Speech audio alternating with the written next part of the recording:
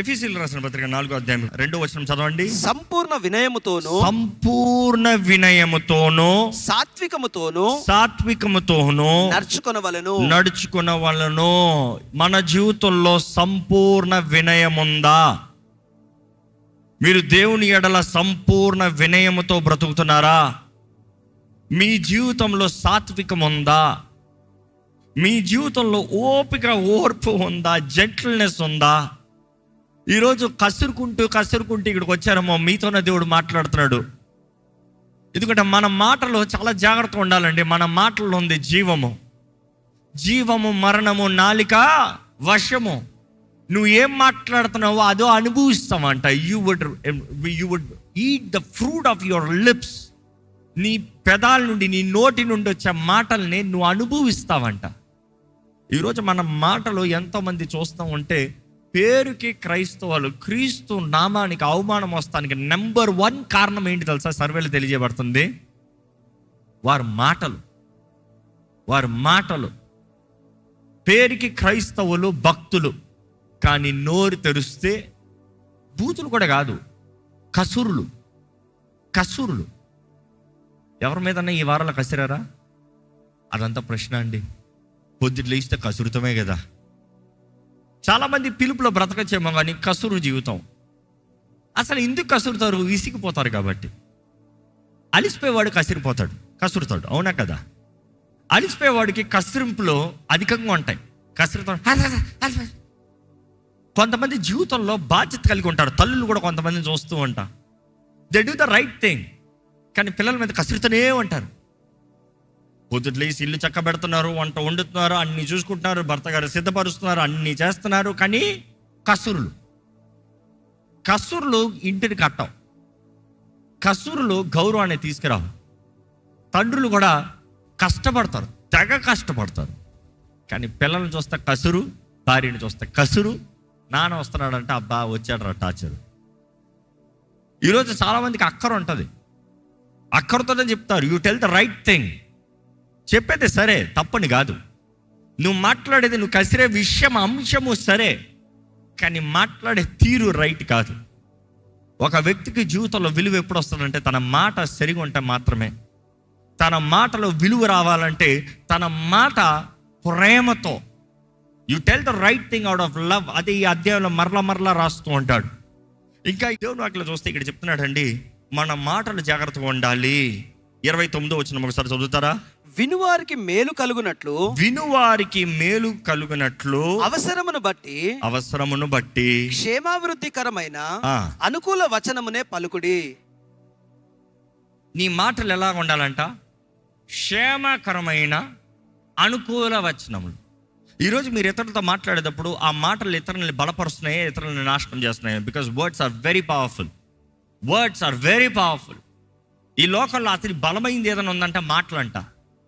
Nuclear bomb చేసే డిస్ట్రాక్షన్కి తెచ్చే నష్టానికన్నా మాటలు తెచ్చే నష్టం ఎక్కువ అంట. ఎందుకంటే న్యూక్లియర్ బాంబ్ మొత్తం ఊడిచి పడేస్తుంది, ఇంకేం మిగలదు అక్కడ. మాటలు ఎట్లా తెలుసా? మనుషుడు బ్రతికుంటాడు కానీ విలువ లేకుండా, సారం లేకుండా, పేరుకి బ్రతికున్నాను కానీ చచ్చిన వాడుకుంటాడు. Which is far more worst. చాలామంది అంటారు దీన్ని చచ్చిపోతానే బెటర్ అంటారు. ఈరోజు చాలామంది మాటలు ఇతరులని చంపేస్తున్నారండి. కత్తిపోటు మాటలండి నా మీద అంటారు కొంతమంది. చూసారా? కత్తిపోటు అంటే ఇన్సల్ట్ మీ, దే అబ్యూజ్ మీ. ఈరోజు పెద్ద ఏమి చిన్నేమి పిల్లలకైతే స్కూల్కి వెళ్ళరా అంటే నాకు భయం వేస్తాడు. ఇందుకురా భయం అంటే వాళ్ళు అన్న మాటలు, టీచర్ అన్న మాటలు, స్టూడెంట్స్ అనే మాటలు, వాడు వీడనే మాటలు నాశనం తీసుకొస్తాయి. చిన్నప్పుడే చిన్నోడికి చెవులు వినే మాటలు వాడికి ఫెయిల్యూర్, డిస్ట్రాక్షన్, ఇంక ఏది కుదరదన్న రీతికి వస్తే ఎదిగేది ఎలా ఉంటుంది? పేరుకి ఎదుగుతున్నాడు శరీరంలో, కానీ మనసులో లిమిటెడ్, డిస్ట్రాక్టెడ్. ఈరోజు మిమ్మల్ని అడుగుతున్నాను, గతంలో ఎటువంటి గాయాలతో మీరు ఇక్కడ ఉన్నారా? గతంలో మనుషులు అన్న మాటలకి మీ జీవితంలో ఏమి చేయలేని పరిస్థితులు, ఏది సాధించలేని పరిస్థితులు, ఇంకా నా వల్ల ఏమి కుదరదన్న పరిస్థితులు, గివప్ అన్న పరిస్థితులు ఉన్నారా? మనుషుడు తీసుకుని వచ్చిన దాడి, అపవాది మనుషుల ద్వారముగా నీ చిన్ననాటి నుండి నీ జీవితంలో నిరుత్సాహము, కృంగుదల, విమర్శన, జీవితంలో ఏది చేయలేని పరిస్థితుల్లో మిమ్మల్ని మార్చినట్లుగా ఉన్నాయా? కానీ ఈరోజు జ్ఞాపకం చేసుకోవాలి, మీరు క్రీస్తు యేసునందు విశ్వాసం ఉంచిన వారైతే పాత వ్యక్తి, పాత జీవితాలు, పాత మాటలు, పాత క్రియలు అన్నీ బయట పెట్టాలి. మెనీ టైమ్స్ ఈ మాట మీరు జ్ఞాపకం చేసుకోండి. అనేక సార్లు వి ఫైండ్ అబ్యూజివ్ పీపుల్. అనేక సార్లు మనం వెళ్ళే స్థలాల్లో, మనం పనిచేసే స్థలాల్లో, మన కుటుంబాల్లో, లేకపోతే కొన్నిసార్లు వివాహ జీవితంలో నీ భాగస్వామి అవ్వచ్చు, లేకపోతే నీ కుటుంబ పరిస్థితులు అవ్వచ్చు, నీ సొంత వారు అవ్వచ్చు, నీ బ్రదర్స్ సిస్టర్స్ అవ్వచ్చు. Some people will be abusive. వారు ఎప్పుడు చూసినా విమర్శన, ఎప్పుడు చూసినా కోపం, ఎప్పుడు చూసినా తిట్టుడు, ఎప్పుడు చూసినా అగ్రెసివ్గా ఉంటారు. నేను చెప్పే మాట మీరు లింక్ అవుతున్నారా లేదా వినాలి. నా జీవితంలో ఎప్పుడు చూసినా కోపంగా, ఎవరిని చూసినా తిట్టుకుంటా, ఎప్పుడు చూసినా కసురుకుంటా ఒక వ్యక్తి నాకు తెలుసు అన్న వారు చేతులు ఎత్తారా? మీతో వాళ్ళు గ్రహించుకోలేదా? ప్రతి వ్యక్తులు ఉంటారు, అంటే ప్రతి కుటుంబంలో ఉంటారు, ప్రతి స్థలంలో ఉంటారు, ప్రతి చోట ఉంటారు. 10 మంది ఉన్నారంటే అందులో కనీసం మీ 2-3 ఉంటారు. అలాంటి వారిని చూసారనుకో, వారికి కావాల్సింది ఏంటి తెలుసా? కావాల్సింది ఏంటి తెలుసా? They want acceptance, they want love. వారికి ప్రేమ కావాలి. వారు అంగీకరించబడలేదు ఎక్కడ. అందుకని ఆ self defensive, touch me not, touch me not, touch me not, touch me not, ఆ ఇన్ఫీరియారిటీ ఫీలింగ్ అగ్రెసివ్ బిహేవియర్గా మారిపోతుంది. జీవితంలో అన్ని బాగున్నవాడు అందరి మీద కసురుకుంటూ ఉంటాడు. అంటే I'm saying successful life. when I say successful is not physical, mind. the one who is a overcomer, జయించేవాడు, పైకి ఎదిగేవాడు, పోరాడేవాడు జీవితం ఎప్పుడు అందరి మీద కసురుకుంటూ ఉంటాడు. ఎవడి గురించి పట్టించుకోడు. వాడు పోరాటం, వాడు పోరాడుతూ పోతుంది. కానీ ఎవరైతే ఈ ఫెయిల్యూర్, ఈ రిజెక్షన్, ఇటువంటి స్వభావంలో ఎదిగిన వారు ఉంటారో, పరిస్థితులు ఎదిగిన వారు ఉంటారో, వారైతే లైక్ ఎవడు కనబడినా అది అలవాటు అయిపోతుంది ఆ behaviour. Next time you find someone like that, వీడితో నాకు ఇందుకు కావాలని పోవద్దు. You are their strength, you are their support, you can change them. నీవు అలాంటి వారిని మార్చొచ్చు. అలాంటి వారికి కావాల్సింది ఏంటి తెలుసా? ప్రేమ మాటలు, వారిని కట్టే మాటలు, వారిని బలపరిచే మాటలు. మీరు ప్రయత్నం చేసి చూడండి. I'm not saying live with them, I'm not saying do 365 days fellowship with them, but speak words that can build them. వారిలో ఉన్న మేలును చూసి వారిని ఎంకరేజ్ చేసి చూడండి. వారి జీవితంలో నీ పైన ఎలాంటి గౌరవం వస్తుందో, వారి పైకి వారికి ఎలాంటి గౌరవం వస్తుందో చూడండి. ఇంకా ఈ మాటలు చూస్తూ ఉంటే ఈ సామెతల్లో చక్కగా ఈ మాట ఉంటుంది. Proverbs 16:24 చూస్తే, ఇంపైన మాటలు తేనె పట్టు వంటిది, అవి ప్రాణమునకు మధురమైనవి, ఎముకలకు ఆరోగ్యకరమైనవి. ఈరోజు మీ మాటలు తేనెలాగా ఉన్నాయా? ఈరోజు మన మాటలు తేనెలాగా ఉంటాయంట. మనం బాగుంటామంట. మనం బాగుంటాం మాత్రం కాదు, ఇతరుల్ని బలపరుస్తామంట, ఇతరులకి ఆరోగ్యాన్ని తీసుకొస్తామంట. ఈరోజు మనం మాట్లాడే మాటలో ఎంతోమందిని we speak the right thing, but then the words have to be like honey. ప్రేమ. చూసి కోపపడదు కానీ పాపం చేయొద్దు. కోపం ఎప్పుడు వరకు ఉండాలి? సూర్యాస్తం వరకు. అలకలు ఉంటాయి కొన్నిసార్లు ఇళ్లలో, తెలుసా? భార్య భర్తలు అడగని చెప్తారు. అలకలు ఉంటాయి, అవును కదమ్మా? కొంతమంది ఫేమస్ అందులో. బట్ దెన్ ఆ అలకలో రాత్రి లాటకి ఏమవ్వాలంట? సెటిల్ అయిపోవాలంట, కాంప్రమైజ్ అయిపోవాలంట, న్యూట్రల్ అయిపోవాలంట. లేకపోతే అక్కడ అపవాది వస్తాడు. నువ్వు పడుకునేటప్పుడు కళల్లో తిప్పుతాడు సినిమాని. నువ్వు పొద్దులేసాడు అన్ని నార్మల్ అనుకుంటావు, అది ఒక విత్తనంగా నాటబడింది. ఒక చేదు వేరు తంత్రంది లోపలికి, నీలో తెలియని బిటర్నెస్ స్టార్ట్ అవుతుంది. వెంటనే నెక్స్ట్ రోజు తెలీదు, నెలలో పోగా, సంవత్సరాలు పోగా అవన్నీ నీలో పేరుకొని వస్తాయి. అనేక సార్లు మనలో అండి మనల్ని బాధపరిచే కార్యాలు, మనల్ని బాధ పెట్టే మాటలు బయటోడు కాదు, లోపట వారే. అవునా కాదా? నీ గురించి తెలిసిన వారే నీ గురించి మాట్లాడుతావు, నీకు బాధ కలిగిస్తారు. నీ గురించి ఏం తెలియని వాడు మాట్లాడాడు అనుకో, నవ్వుకుని వెళ్ళిపోతావు, వాడికి ఏం తెలియదురా అని. కానీ నీ గురించి అన్నీ తెలిసిన వాడు మాట్లాడినప్పుడు ఎలా ఉంటుంది? ఏంటి నా బ్రతుకు అన్నట్టు ఉంటుంది. మనల్ని విమర్శనలోకి, మనల్ని కృంగతల్లోకి, మనల్ని నిరుత్సాహంలోకి తీసుకెళ్ళిపోతుంది. చూసి ఈరోజు మిమ్మల్ని అడుగుతున్నానండి, మీ జీవితంలో తెలియని చేదైన వేరు లోపట ఉన్నాయా? మాటల ద్వారంగా అపవాది విత్తిన విత్తనాలు ఉన్నాయా? కానీ ప్రభు నా హృదయంలో పెట్టిన మాటలు మీతో మాట్లాడాలని ఆశపడుతున్నాను. ఎందుకంటే మీ మాటలు ఎలా ఉండాలంట? తేనెలాగా ఉండాలంట. Kind words are like honey. You speak the truth, tell the right thing with kindness. How can I be kind అనొద్దు. Is not God being kind in your life? నేను దయతో ఎలా మాట్లాడతాను అంటున్నావు, వాడు చేసిన పనికి నేను ఎలా మాట్లాడతాను అంటున్నావు. దేవుడు నీ పట్ల దయ చూపించలేదా? నువ్వు చేసిన తప్పు వాడు మాట్లాడిన మాటలు, వాడు చేసిన పని కన్నా గొప్పది కాదా? నీ పెద్ద తప్పు పైనే దేవుడు నీకు అంత దయ చూపించినప్పుడు ఎవడో ఏదో చిన్న పొరపాటు చేశాడని ఎంత సీన్ కొడతామే? We are trying to be abusive. Kindness. ఈరోజు మన మాటలండి ప్రేమతో ఉండాలి, దయతో ఉండాలి. ఇంకా బైబిల్లో చూస్తూ ఉంటే ఎఫెసీయులకు రాసిన పత్రిక 4:15 చూస్తే కూడా మనము మాట్లాడేది సత్యము మాట్లాడాలంట. అందుకని మస్కాలు కొట్టద్దు, లేనిది మాట్లాడద్దు. ఇతరులను బలపరచాలని నేను మాట్లాడాల్సినవి వాళ్ళు మంచిగా ఫీల్ అవ్వాలని పొగిడేశానండి. కాదు కాదు కాదు. నీ పొగడతో ఎట్లా ఉండాలి? సత్యం ఉండాలి, గ్యాస్ కాదు. ఈరోజు చాలామంది గ్యాస్ కొడతారు బాగా, పుస్ వెళ్ళిపోవాలి పైకి. నువ్వు పోరాడు దగ్గర నుంచి అన్న దగ్గర గ్యాస్ బలూన్ ఎప్పుడు పట్టుకున్నారా? గ్యాస్ బలూన్ కొడతానికి కారణం ఏంటి? వదిలితే పైకి పోవాలి. ఆ గ్యాస్ బలూన్లు పుస్తలు కొట్టిన తర్వాత పిల్లల చేతిలో అయ్యి అయ్యి అయ్యి అంటాడు, ఎక్కడో వదులుతాడు, పాపం ఎగిరిపోయింది, బలూన్ పోయింది. చూసి ఈరోజు చాలామంది కూడా ఇతరులకి గ్యాస్ కొడతారంట. నా జోలికి నువ్వు రావద్దు. అది కాదు. Speak truth but with love. ఆ మాట చదివితే ఎలా ఉంది? చదువుతారు. ప్రేమ కలిగి సత్యమును చెప్పుచు. We speak the truth in love. English ఇంకా చాలా బాగుంది. ప్రేమ కలిగి సత్యము చెప్పుచు, తెలుగులో ఉంది. We speak truth. మేము సత్యము మాట్లాడుతున్నాం. దేన్ని బట్టి అయితే? ప్రేమను బట్టి. ప్రేమ ఉంది కాబట్టే సత్యం మాట్లాడుతున్నాం. కానీ ఆ సత్యం మాట్లాడేది ఎలాగంట? సత్యమును చెప్పుచు క్రీస్తు వలె ఉండుటకును మనమును అన్ని విషయములలో ఎదుగుదుము. మంచిగా కొరకు సత్యం చెప్పరా అన్నావు కాబట్టి, రే నువ్వు మొన్న చేసిన పిచ్చి పని నేనైతే అలా చేయను, నేను చాలా మంచోడిని, నువ్వు ఇలాంటి పనులు చేస్తావు, నువ్వు ఇలాంటి పనులు చేసావు కాబట్టి నువ్వు ఎందుకు పనికిరావు, నువ్వు ఇట్లా బ్రతుకోకపోతే నువ్వు ఎందుకు పనికిరావు, నేను సత్యమే కదా మాట్లాడుతున్నాను. అవును, అలాంటి పని చేసాడు ఎప్పుడు పనికిరాడు. చేసిన తప్పుని ప్రేమతో సరిదిద్దు. కానీ ఎందుకు పనికిరావని నిర్ణయిస్తానికి, భవిష్యత్తుని నిర్ణయిస్తానికి నీకు అధికారం లేదు. ఈ మాట అర్థమవుతుందా? You have no right to determine my future. నేను నా జీవితంలో సాక్ష్యం ఇక్కడ నిలబడి చెప్తాను. ఎందుకంటే నా జీవితంలో ఎంతోమంది నా భవిష్యత్తును నిర్ణయిస్తానికి ఎన్నో మాటలు మాట్లాడారు.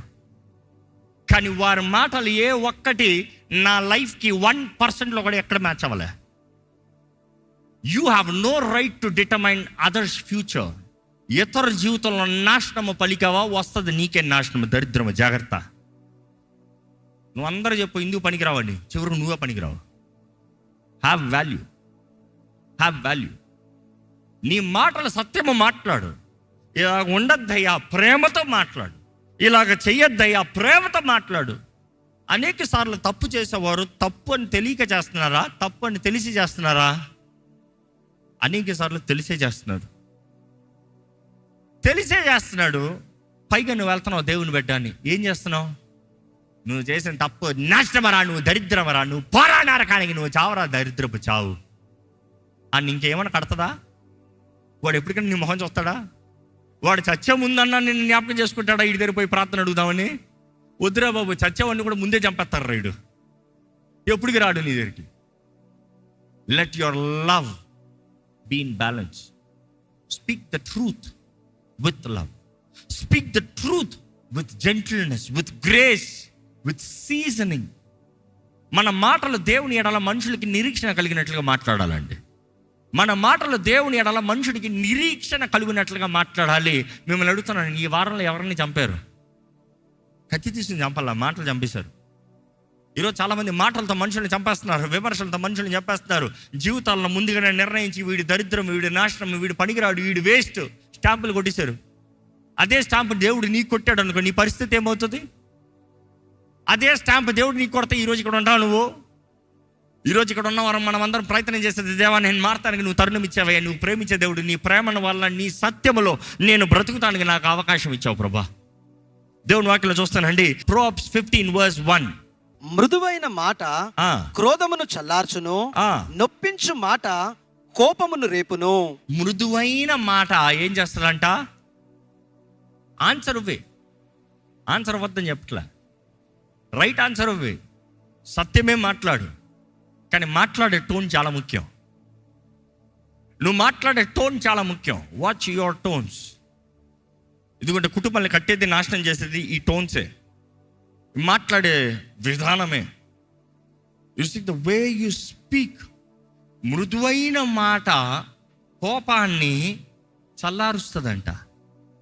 కోపం మీ ఇంట్లో అలాగొస్తే ఇలా చల్లారుతుందా, లేకపోతే బుసుకు మీదకి వెళ్తా పోతుందా? ఎందుకంటే నెక్స్ట్ ఏంటి? ద హార్ష్ వర్డ్, నొప్పించు మాట కోపమును రేపును. కోపాన్ని రేపుతుంది. కొలొస్సీయులకు రాసిన పత్రిక 3:16 ఒకసారి చదువుదామండి. సంగీతములతోనూ కీర్తనలతోనూ ఆత్మ సంబంధమైన పద్యములతోనూ ఒకనిని ఒకడు బోధించుచు బుద్ధి చెప్పుచు కృపాసహితముగా మీ హృదయములలో దేవునిని గూర్చి గానమును చేయుచు సమస్త విధములైన జ్ఞానముతో క్రీస్తు వాక్యము మీలో సమృద్ధిగా నివసింపనీయుడి. ఈ రీతిగా మనం ఉండాలంట. ఎలాగంట? కీర్తనలతో, ఇంకా సంగీతముతో, ఆత్మ సంబంధమైన పద్యములతో, ఇంకా ఏంటంటే ఆత్మ సంబంధమైన పద్యములతో, ఇంకా ఒకనికి ఒకడు బోధించుచు బుద్ధి చెప్పుచు కృపా సహితముగా. బోధించు, బుద్ధి చెప్పు, ఇవన్నీ ఎట్లా ఉండాలి? వాక్యం సంబంధించినగా ఉండాలి, ప్రేమతో ఉండాలి. అందుకనే ఆరాధనలో పాటలు కూడా భాగంగా ఉంటాయి. ఆరాధనలో పాటలు ఏంటంటే మీరు అనుకోవచ్చు కేవలం మెసేజ్ చెప్తే మేము మెసేజ్ కాదు. అనేక సార్లు 1 hour మెసేజ్ కన్నా 5 minutes song is more powerful. You see, that is what the truth is. అనేక సార్లు 1 hour మెసేజ్ నువ్వు విన్నా కూడా గుండె కథలతో, 5 నిమిషాల పాట నీ కంట్లోంచి నీరు, హృదయాన్ని కదిలించి కంట్లోంచి నీరు కారుతూ దేవుని ఆరాధిస్తూ ప్రార్థన చేయగలుగుతాం. You see, songs are always powerful because music is powerful. Music ఎక్కడ నుండి వచ్చింది? పరలోకం నుండి. తెలియకపోతే ప్రకటన గ్రంథంలో చదివి చూడండి. Music is from there. ఈరోజు అదే సంగీతాన్ని ఎవరు వాడుతున్నారు? అపవాది. ఈరోజు చాలా మంది అనుకుంటారు ఆలయంలో మ్యూజిక్ ఎందుకు, మ్యూజిక్లు అక్కర్లేదు, ఎంత లోక సంబంధం. ఎవరు చెప్పాడు? బైబిల్ ప్రారంభం నుండి చూడు. దావీద్ అంటే ఇన్స్ట్రుమెంట్స్ కనిపెట్టాడంట.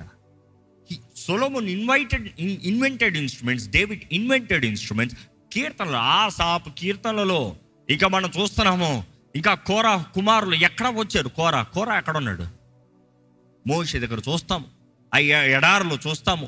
అక్కడ నుండి ఆ పెద్దలో 70 elders ఒకడు, అక్కడ నుండి సాంగ్స్.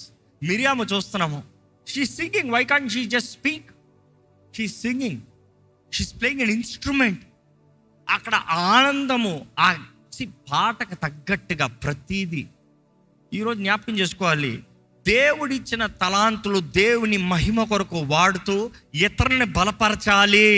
అది ఇక్కడ తెలియజేయబడుతుంది. మీరు కీర్తనలతో, ఇంకా పాటలతో, వాక్య సంబంధమైన మాటలతో ఒకరినొకరు బలపరచుకుని ఒకరిని కట్టాలి అనేది దేవుని వాక్యం తెలియజేస్తుంది.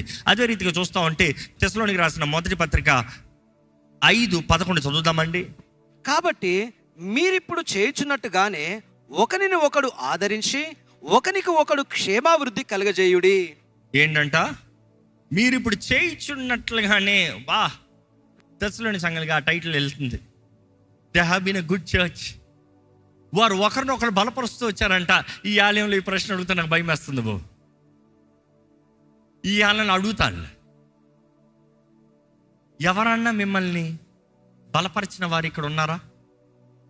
నేను బలపరచానని చెప్పొద్దు. నన్ను ఈ ఆలయంలో ఎవరన్నా బలపరిచారన్న వారు ఉంటే చేతులు ఎత్తుతారా? There are few people.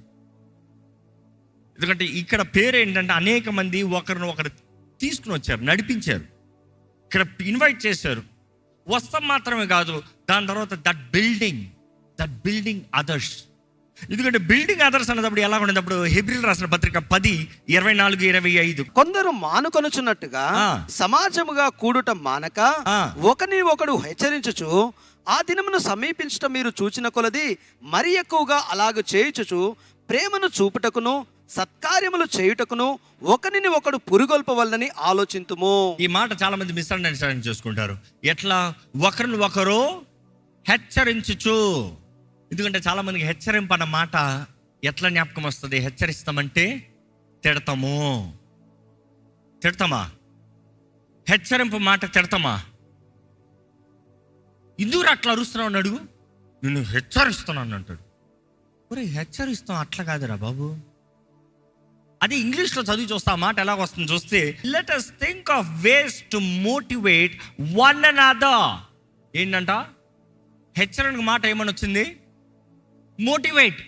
అంటే ఏది ఎలాగా మార్చుకోవాలో, ఏది ఎలాగ మార్పు తీసుకురావాలో, ఏది చేస్తాం మాని ఏది చెయ్యాలో. చూసి మోటివేషన్ ఇస్ నథింగ్ బట్, ఈరోజు మోటివేషన్ అన్న మాట చాలా మందికి నెగిటివ్ వర్డ్గా చూసుకుంటారు. మోటివేట్ అన్న మాటకు అర్థం ఏంటంటే, నీ పరిస్థితి ఇది కానీ నువ్వు ఇలా చేస్తే ఇలా మారుతావు అని చెప్పే మాట మోటివేట్. అర్థమవుతుందా? ఒరే సోమరివి అంటే సోమరి అని తిడతాం కాదు. ఇట్లా ఉండేవాడు సోమరిగా ఉంటాడు, ఇటువంటి వాడి జీవితం ఎందుకు పనికిరాదు, కానీ నువ్వు ఇలాగ అవ్వచ్చు, ఇలాగ అవ్వాలంటే ఇది చెయ్యాలి. That is motivating. So the word of God definitely motivates. మన స్థితిని తెలియజేస్తుంది, మనం ఎలా బ్రతకాలో కూడా తెలియజేస్తుంది.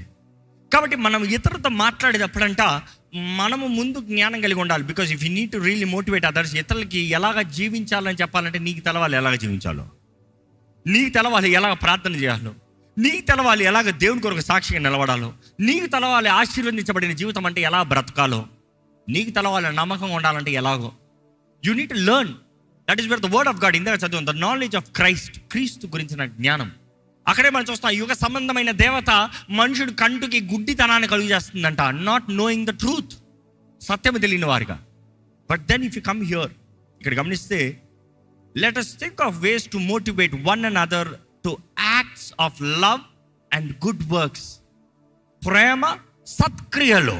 ఇంకా అక్కడ నుంచి కంటిన్యూ చేస్తే, and let us not neglect our meeting together as some people do, but encourage one another, especially now that the day of his return is drawing near. ఇతరులను ఒకరిని ఒకరు బలపరచాలి. కానీ మిమ్మల్ని అడుగుతున్నాను, మీ జీవితంలో మీ మాటలో మీరు జాగ్రత్త పడటానికి, అదుపులో తీసుకుంటానికి ఆశపడుతున్నారా? ఈరోజు మీకు చెప్పేది ఒకటే, జీవితంలో పోరాటాలు ఉంటాయి, కష్టాలు ఉంటాయి, ఇవన్నీ ఉంటాయి. కానీ క్రైస్తవుడు ఆయన పిలబడుతున్నాడు, నీవు క్రీస్తు సాక్ష్యం చెప్పబడుతున్నావు, నీవు ఫలించాలి, నీలో ఆత్మ ఫలము కనబడాలి, నీ జీవితంలో ఆత్మ ద్వారంగా నడిపించబడాలి. ఆ పరిశుద్ధాత్ముడు నీలో కార్యం జరిగించాలంటే నువ్వు మొదటగా నీ జీవితాన్ని నువ్వు పరిశుద్ధాత్ముడు ప్రేరేపణ ద్వారంగా యేసు చేతుల్లోకి అప్పచెప్పాలి. ఎప్పుడైతే నువ్వు యేసు చేతుల్లోకి అప్పచెప్తున్నావో, నువ్వు దేవుని కుమారుడు కుమార్తెను పిలబడుతున్నావు, నువ్వు దేవుని బిడ్డగా మార్చబడుతున్నావు, నీ దేహము పరిశుద్ధాత్మ ఆలయంగా మార్చబడుతుంది.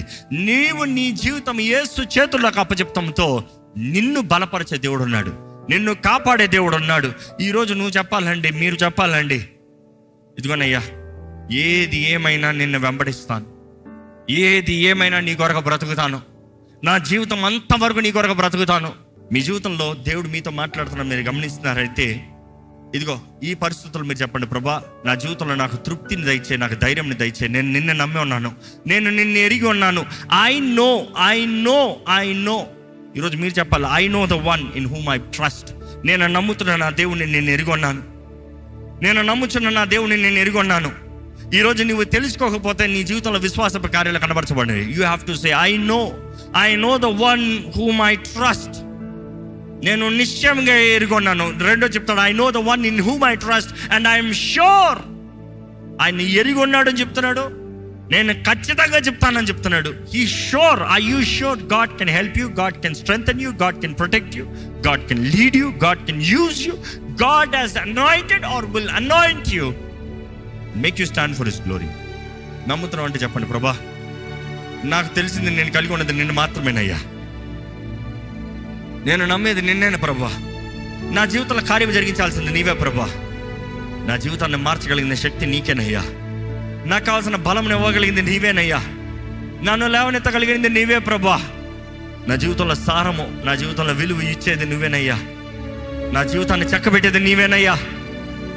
అయ్యా నాకు కావాల్సిన శక్తి దయచేయి, నా మాటల్ని నేను అదుపులో పెట్టుకునే శక్తిని నాకు దయచేయి, నేను మాట్లాడే విధానం ఇతరుల బలపరిచే రీతిగా ఉండాలి, నా మాటలను నీ చిత్తము జరిగించడానికి నీ వాక్యానికి అంగీకారంగా ఉండాలయ్యా.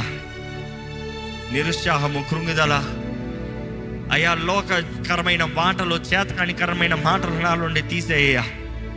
అపవాది ఎన్నో పోరాడచ్చేమో కానీ నా జీవితంలో కార్యం జరిగించగలిగిన దేవా, నేను నిన్నే నమ్ముతున్నాను, నేను నీ మీదే ఆధారపడుతున్నాను, నీ మీదే ప్రభా చెప్పండి, ప్రభుత్వం చెప్పండి, ఏదేమైనా నిన్ను విడవనేసయ్యా, నిన్ను మరవనయ్యా, నీ ప్రేమను నేను మరవలేనయ్యా. నా జీవితంలో మార్గము, సత్యము, జీవము నీవే. నా జీవిస్తానికి ఆధారము నీవే ప్రభా. నా జీవితకాలము నీ కొరకు బ్రతుకుతానయ్యా. నన్ను వాడుకో అయ్యా, నీ సాక్షిగా నన్ను వాడుకో అయ్యా. నీ సాక్షిగా నన్ను నిలబెట్టు ప్రభా. నీ చిత్తము జరిగించే జీవితము నాకు దయచేయ్యా. అడగండి, ప్రభుని అడగండి, ధైర్యంగా అడగండి. ప్రభు వందనములయ్యా, మా జీవితంలో కార్యం జరిగించే దేవా, కార్యం జరిగిస్తానికి శక్తి కలిగిన దేవా, బలవంతుడైన దేవా, నీకు వందనాలు. ఈరోజు విన్న ప్రతి ఒక్కరి జీవితంలో నీ వాక్యము కార్యము జరిగించాలి. ఈ జీవితంలో ఎదుర్కొంటే పోరాటంలో, ఈ జీవితంలో ఉన్న పోరాట పరిస్థితుల్లో దేవా, మా జీవితంలో మాకు కావాల్సిన నెమ్మది దయచి, స్థితిగతులు బట్టి, పరిస్థితులు బట్టి చెదరనవద్దు, బెదరనవద్దు. మా చుట్టూ అపవాది ఎన్ని దాడులు చేసి మమ్మల్ని ఎంత కుంగజేయాలని, ఎంతగానో మమ్మల్ని దాడి చేయాలని వాడు ప్రయత్నాలు చేసినాడు. నీ మాట నమ్మదగిందయ్యా. నీ శక్తి, నీ ఆత్మ దూరంగా మాకు అనుగ్రహించే దేవుడు అయ్యా. ఈరోజు ఈ ఆలయంలో ఉన్న ప్రతి ఒక్కరిని లేవనెత్తి, ఈ లైవ్లో వీక్షిస్తున్న ప్రతి ఒక్కరిని లేవనెత్తి, ప్రతి ఒక్కరి జీవితంలో నీ కార్యము జరిగించు. నీవు మాత్రమే కార్యము జరిగించగలుగుతానికి బలవంతుడు అయ్యా. నీకు మాత్రమే సాధ్యమయ్యా. ఈరోజు ఇక్కడ ఉన్న మా అందరినీ లేవనెత్తు. నువ్వు ఇచ్చిన అభిషేకం, నువ్వు ఇచ్చిన పిలుపు, నువ్వు కోరిన పని అయ్యా, నీకు ఘనత, మహిమ, గౌరవం తెచ్చిన రీతిగా మేము బ్రతకాలయ్యా. Lord, until you say it's done, we are never done, Lord. It is never done, Lord. మమ్మల్ని బలపరిచేది నీవే. నీ వాగ్దానాలే నమ్మదగినవి. నీ వాగ్దానాలే మమ్మల్ని లేవనెత్తేది. నీ వాగ్దానాల ద్వారానే మమ్మల్ని బ్రతికింపజేయమని వేడుకుంటున్నాను ప్రభా. ఈరోజు ఈ ఆలయంలో ఉన్న ప్రతి ఒక్కరిని నడిపించు. లైవ్లో వీక్షిస్తున్న ప్రతి ఒక్కరిని నడిపించు. నీ సన్నిధి, నీ తోడు, నీ ఆత్మకార్యం మా మధ్య జరిగించి కొనసాగింపజేయమని నజరేయుడైన యేసు నామములో అడిగి వేడుచున్నాము తండ్రి. ఆమేన్, ఆమేన్. దైవం నీవయ్యా.